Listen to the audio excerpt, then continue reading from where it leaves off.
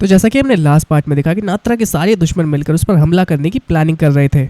अगर आपने वो पार्ट मिस कर दिया है तो आप आई बटन पर क्लिक करके यहाँ पर जा सकते हैं। एंड आगे बढ़ने से पहले चैनल को सब्सक्राइब करना ना भूलें, बिकॉज हम 1000 सब्सक्राइबर्स का माइलस्टोन बहुत ही जल्दी हिट करने वाले हैं। तो इस पार्ट की शुरुआत होती है फलाइना और ग्लैडियस के साथ, जहाँ पर ग्लैडियस उसे होली लाइट्स और लोरलैंडा के बारे में बता रहा होता है। दरअसल लवाटिया रिलीजन की एक पॉलिसी होती है जिसका नाम है जस्ट सैंग्विन, और इस पॉलिसी के तहत कैवरन में जातिवाद किया जाता है। उसने तो यहाँ तक भी सुना है कि कुछ स्लेव्स को तो स्पोर्ट्स के अंदर शिकार के तौर पर भी रखा जाता है। वहीं नाइम भी वेन को बता देती है कि किस तरह से लेवर्ट और कोलोनेल उसे मारने की तैयारी कर रहे हैं। वेन को भी ओरलैंडा की पॉलिसी अब समझ आने लगी है।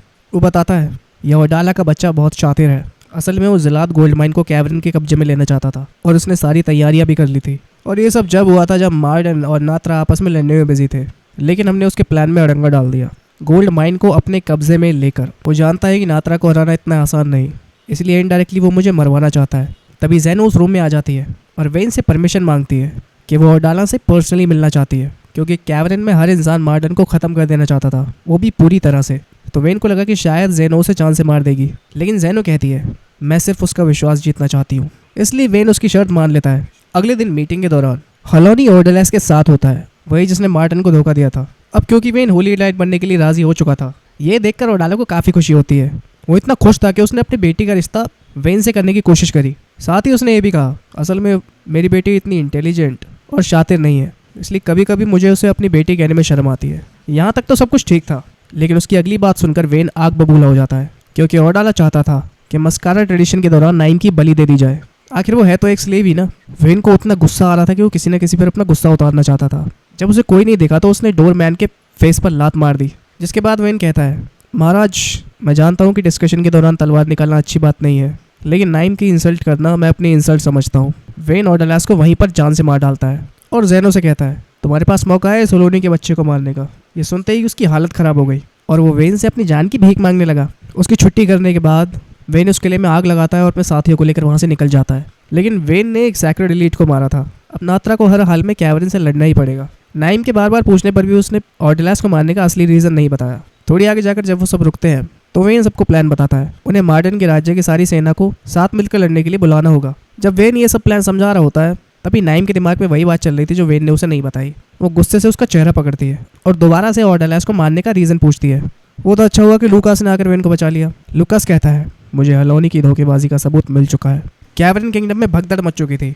लोगों ने ऑफिशियल्स के घरों को जलाना शुरू कर दिया था, क्योंकि किसी ने अफवाह फैला दी कि जनरल लेवर्ट ने किंग ओडालेस को मारा है, क्योंकि आज तक वो उसके पद पर नहीं पहुंच पाया। लेवर्ट और हलोनी की धोखेबाजी की खबर होली लाइट चैड मिलिया तक भी पहुंच जाती है, जिसके तुरंत बाद चैड मिलिया दो काम करती है। पहला तो वो कैवरन के बच्चे कुछ घरों को भी जलवाने का ऑर्डर दे देती है और वेन को ये मैसेज दे देती है कि लेवर्ट और हलोनी उसे मारने के लिए निकल पड़े हैं और बॉर्डर पर उसकी जान को खतरा है। जब वेन भागने का प्लान बना रहा था तभी लूकास उसे आकर बताता है कि लैंडस्लाइड के गिरे पत्थरों की वजह से वो नहीं भाग सकता। वेन ने काफी टाइम लेकर एक प्लान बनाया और अपने साथियों को वहां से लेकर निकल पड़ा। उजाला होते ही लेवर्ट और हलोनी उसी जगह पर पहुंच जाते हैं जहां पर वेन के साथ ही रुके थे। उन्हें पता था कि माउंटेन्स के थ्रू जाना तो उसके लिए पॉसिबल नहीं था, इसीलिए वो मेन रोड का रास्ता अपना लेते हैं। उन्हें ये भी शक था कि ये कोई जाल भी हो सकता है, लेकिन लेवर्ट इतना ज़्यादा गुस्से में था कि उसने इस बात की परवाह ना करते हुए सीधा आगे बढ़ने का फैसला लिया, जिसकी वजह से उसे आगे जाकर एक हथियारों से लैस सैनिकों का ग्रुप मिलता है, लेकिन उनके पास किसी भी सेना का झंडा नहीं था। लेवर्ट ने सोचा ये लोग नात्रा के दुश्मन भी तो हो सकते हैं जो वेन को मारने आए हैं, लेकिन जब उन लोगों ने लेवर्ट और उसकी सेना पर ही हमला बोल दिया तो लेवर्ट और हलोनी के पास वापस भागने के अलावा और कोई रास्ता नहीं बचा। असल में लेवर्ट का मानना सही, वो लोग वेन से बदला लेने आए थे, लेकिन ये वेन की एक चाल थी। उसने जानबूझ के उन दोनों को आमने सामने करवाया ताकि उन दोनों में लड़ाई हो जाए। वो खुद तो पूरे समय पहाड़ों में छुपा हुआ था। जिस बीच ज़ेनो ने मार्डन की आर्मी को बुलाया ताकि वो लेवर्ट पर पीछे से वार कर सके, लेकिन अचानक सब वो देखते हैं जिसे देखकर उन सबकी आंखें खुली रह जाती है, क्योंकि एक सेना अचानक से नात्रा की तरफ से भी आई थी, जिसे लीड कर रहा था खुद हैगर्ड। असल में उसकी रिटायरमेंट की न्यूज़ फेक थी, जिसे वेन ने दुश्मनों को डिस्ट्रैक्ट करने के लिए फैलाया था। अब इसके बाद हैगर्ड को हराना तो नामुमकिन था, इसलिए नात्रा की जीत होती है। कुछ देर बाद जब वेन और नाइम महल में होते हैं तब उनसे प्रिंस मार्टिन के नाम से कोई इंसान मिलने आता है, लेकिन जब उसने हेलमेट उतारा तो वो तो ज़ेनो थी। वो बताती है मैं मार्टिन के पहले राजा की बेटी हूँ और मेरा नाम ज़ेनोविया मार्टिन है। ज़ेनो मार्टिन राजा की इकलौती वंशज है, क्योंकि अब ओडालेस और जनरल लेवर्ट मर चुके हैं, इसलिए अब ज़ेनो नात्रा से सिक्योरिटी और मदद चाहती है। जब वेन ने सारी बातें सुनी तो वो थोड़ा घबरा गया और पैनिक हो गया। हम सब जानते हैं कि वेन कितना बड़ा आलसी है, इसलिए जब भी उसके सामने कोई चैलेंज आता है वो घबरा जाता है। एक तो वेन नात्रा की सेवा करते करते ही थक चुका है। ज़ेनो वेन को सीड्यूस करते हुए उसका हाथ पकड़ लेती है और कहती है युवराज आप जानते हैं अब नात्रा को लीड करने के लिए मेरे अलावा और कोई नहीं है, और मैं तो एक लड़की हूँ ना।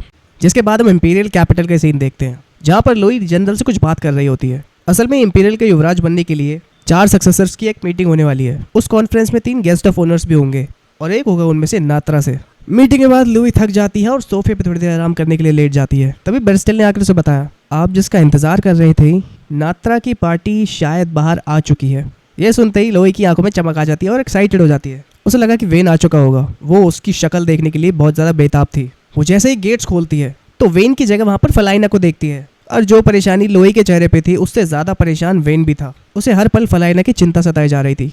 हालांकि नाइम और नानाकी को उसने साथ भेजा था, पर फिर भी उसे लगता है कि उसे खुद जाना चाहिए था। असल में कल वेन की नात्रा ऑफिशियल्स के साथ जो मीटिंग हुई थी, उसके हिसाब से तो वेन ही एम्पायर में विजिट करने वाला था। लेकिन मुसीबत ये थी कि कल हुई वॉर के कारण नात्रा अभी पूरी तरह से रिकवर नहीं हो पाया था। इसलिए युवराज का इस तरह से महल छोड़कर जाना थोड़ा सा रिस्की है। हालांकि कुछ ऑफिशियल्स का ये भी मानना था कि नात्रा को और देशों से रिश्ते मजबूत करने के लिए किसी न किसी को तो जाना पड़ेगा। इसलिए फलाइना उन्हें सबसे बेहतर कैंडिडेट लगी। हालांकि उसका नाम सुनकर सभी हक्के बक्के रह गए थे, और अब जब वेन ने इजाजत दे ही दी थी तो उसको कोई झुटला भी नहीं सकता। और जब फलाइना एम्पायर की ओर बढ़ रही थी तो लोई ने उससे कहा, लोई और एम्पायर की सिचुएशन पहले काफ़ी ज़्यादा ख़राब थी, लेकिन सक्सेसफुली वॉर को जीतने के बाद उसे और एम्पायर को काफ़ी ज़्यादा सपोर्ट मिलने लगा है। लेकिन लोई सिंहासन पर नहीं बैठना चाहती थी, क्योंकि उसके लिए युद्ध वगैरह लड़ना ठीक नहीं था। इसलिए लोई ने पैट्रियट फैक्शन नाम करके एक सेना तैयार करी, जिसमें वो धुरंधर थे जिन्हें एम्पायर के फ्यूचर की चिंता है।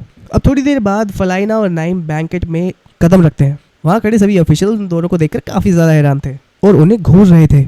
लोई बड़ी तमीज़ और रिस्पेक्ट के साथ उनका स्वागत करती है और सीधे ले जाती है उन दोनों को अपने तीनों भाइयों से मिलवाने के लिए। नाइम को याद था कि नात्रा किंगडम को एम्पायर के साथ ना तो दोस्ती करनी है और ना दुश्मनी करनी है, इसलिए उसने अपने एक्सप्रेशंस को कंट्रोल किया हुआ था। लोई के तीनों भाई डेमेट्रियो, बार्ट और मैनफ्रेड उन दोनों से मिलकर काफ़ी खुश हुए।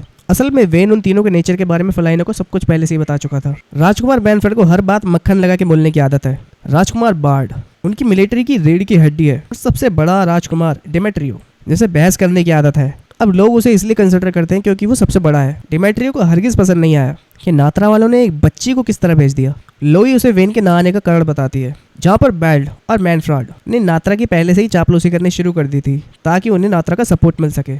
नाइम ने इस बात को भांप लिया और वो फलाइना को वहाँ से ले गई ताकि उसके मुंह से कुछ उल्टा सीधा न निकल जाए।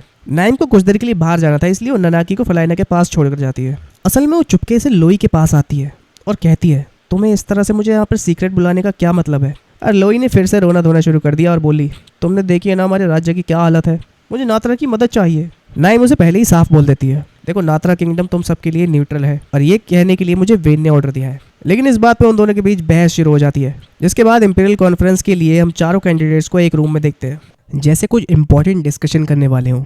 अगले दिन मेयर खुद नाइम और फलाइना को सिटी का टूर देने के लिए आता है। वो उन्हें नात्रा की अदालत में भी लेकर जाता है, जो कि एम्पायर की राजधानी मिल्टास की एकमात्र अदालत थी जहाँ पर आम लोग भी आकर अपना मत रख सकते हैं। फलाइना को ये सब देखकर काफ़ी हैरानी हुई। मेयर को लगा कि कहीं फलाइना ये सब देखकर बोर ना हो जाए, आखिर वो है तो एक छोटी बच्ची।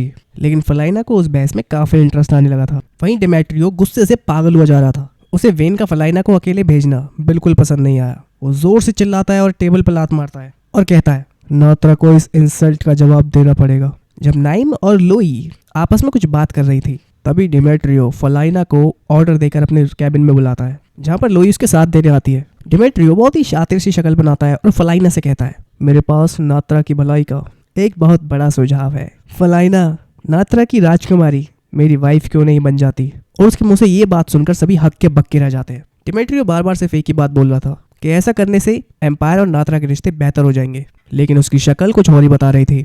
लेकिन फलाइना ने बहुत ही ज़्यादा समझदारी दिखाई और वो बोली, देखिए राजकुमार, आपका सजेशन बिल्कुल ठीक है, लेकिन आपको नहीं लगता कि इसका फैसला ऑफिशियल्स मिलकर लेंगे तो ज़्यादा अच्छा रहेगा? आखिर ये दो राज्यों के बीच की रिश्तेदारी का सवाल है।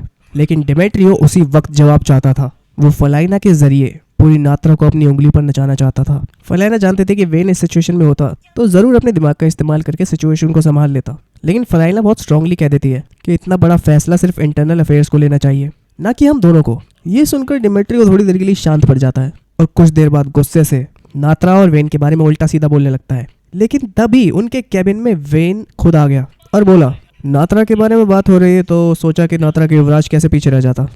जब वेन अंदर आया था तो उसे नहीं पता था कि मीटिंग में किस तरह की बातें चल रही हैं, इसलिए नाइम उसे सारी बातें पर्ची पे लिख के देती है। और जब उसे पता चलता है कि डेमेट्रियो फलाइना से शादी करना चाहता है तो वेन ही सुनकर शौक रह जाता है। डिमेट्रियो उसे देखकर बोला, अच्छा हुआ राजकुमार आप यहाँ पे आ गए।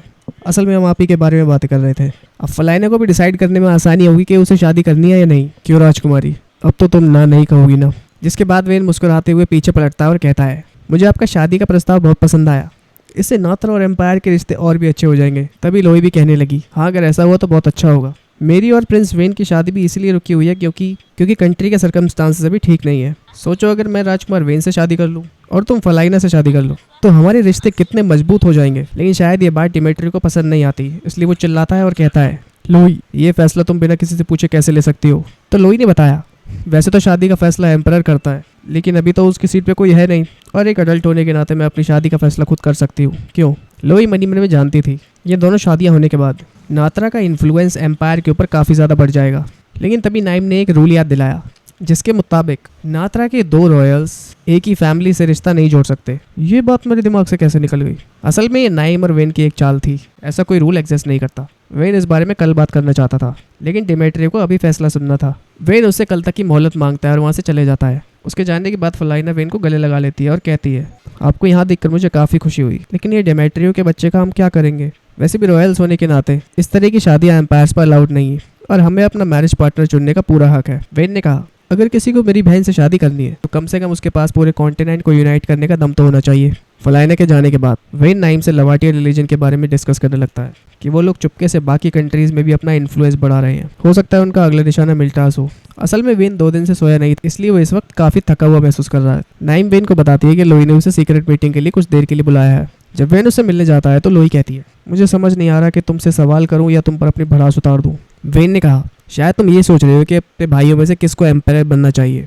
जिस मीटिंग में डिसाइड करना चाहिए था वहाँ पे ऊंचे पद के लोगों को बुला के एम्पायर का नाम तो ऊंचा कर दिया, लेकिन असली फैसले का क्या।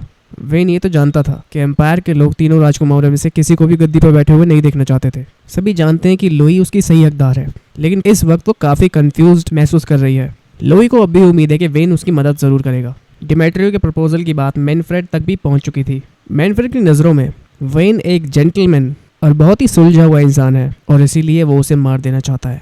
जो कोई भी एम्पायर की शांति के बीच आएगा उसे मैं ख़त्म कर दूंगा। अगली सुबह वेन काफ़ी थका हुआ होता है। वो मीटिंग ख़त्म करने के बाद आराम करना चाहता है। उसे पता चला कि फलाइना इस वक्त कोर्ट रूम में है, जहाँ पे ऑफिशियल्स उसे डिबेट में पार्ट लेने के लिए उत्साहित करते हैं और वहीं वेन डिमेट्रियो के पास पहुँच चुका होता है। डिमेट्रियो उसका फैसला सुनने के लिए बहुत ज़्यादा उतावला हो रहा था। जो सर्वेंट वेन के लिए चाय लेकर आई थी, वेन ने उसे रोका और चाय पीने के लिए कहा तो वो बोली, युवराज माफ़ करना, लेकिन ये बहुत ही चुनिंदा और प्रीमियम चाय है, तो इसे हम जैसे लोग कहाँ पी सकते हैं। डिमेट्रियो हंसने लगा और बोला, तुम्हें क्या लगता है चाय में जहर है? बड़े बेवकूफ़ हो, ये चाय पी के मैं खुद ही साबित कर देता हूँ, ये लो। लेकिन जैसे ही डिमेट्रियो चाय पीता है अगले 5 सेकंड में वो चक्कर खा के गिर जाता है। उसकी जान तो किसी तरह बच गई, लेकिन इससे दोनों देशों के बीच गर्मी और बढ़ जाती है। वेन नाइम से कहता है, अब हमें जितनी जल्दी हो सके उतनी जल्दी नात्रा के लिए निकल लेना चाहिए। तभी एक गार्ड दौड़ते हुए आया और कहने लगा कि युवराज, बाहर जल्दी जंग छिड़ने वाली है। लेवेटिया की सेना मिल्टास की ओर तेजी से बढ़ रही है। वेन उतावला हो जाता है और जोर से चिल्लाने लगता है। वो जानता था कि ये कैडमिलिया का ही काम है। मिल्टास की सेना में 30,000 लोग हैं। अगर महायुद्ध हुआ तो लेवेटिया उस पर भारी पड़ जाएगा। तभी अचानक वेन का सर बहुत तेज दर्द करने लगता है और उसे चक्कर भी आने लगते हैं। शायद ये स्ट्रेस की वजह से था। जब फलाइना ने उसकी हालत देखी तो पार्लियामेंट जाने की बात करने लगती है, जहाँ पर पहले से ही लेवेटिया को लेकर बवाल मचा हुआ था। तभी काजिमो देखता है कि फलाइना बीच में आकर खड़ी हो जाती है और कहने लगती है, आप सभी जानते हैं कि मिल्टास के लिए खतरे का समय है। सभी उसकी तरफ ऐसे देख रहे थे जैसे वो कोई भूत हो। हम सब जानते हैं कि हमला करने वाली सेना कितनी खतरनाक है, लेकिन आप सब अगर लड़ने के बजाय एक साथ मिलकर अपने शार्प माइंड्स का इस्तेमाल करके सोचेंगे तो क्या कुछ नहीं हो सकता। वहीं पर वेन भी जाग चुका था। नाइम उससे लिपट जाती है और रोने लगती है, जैसे उससे उम्मीद छोड़ ही चुकी थी। वो बस यूं ही उससे लिपटे रहना चाहती थी। तभी फलाइना भी उनके कमरे में आ गई और वेन का हाथ पकड़कर बोली, अगर आपको कोई मदद चाहिए तो मुझे बताना। वेन के कहने पर फलाइना मिल्टास के लोगों को ऐसी स्पीच सुनाती है कि उन सभी का खून खोल उठता है और सब युद्ध के लिए तैयार हो जाते हैं। जब फलाइना आम लोगों को तैयार करके युद्ध में लड़ने के लिए लेकर आती है तो दोनों राजकुमार उसे देखकर दंग रह जाते हैं। आखिर ये बच्ची चाहती क्या है? उसने वहाँ पर हर किसी को इन्फ्लुएंस कर दिया था और मिल्टास के 30,000 लोग कैडमिलिया की ओर बढ़ रहे होते हैं। किसी को भरोसा नहीं हो रहा था कि उन सबको एक छोटी बच्ची गाइड कर रही थी। जब नए राजा ग्रियारू को ये सब बात पता चलती है तो कैडमिलिया से इसका सोल्यूशन मांगता है। तभी उन्हें पता चला कि वेन भी उनके ठीक पीछे ही खड़ा था।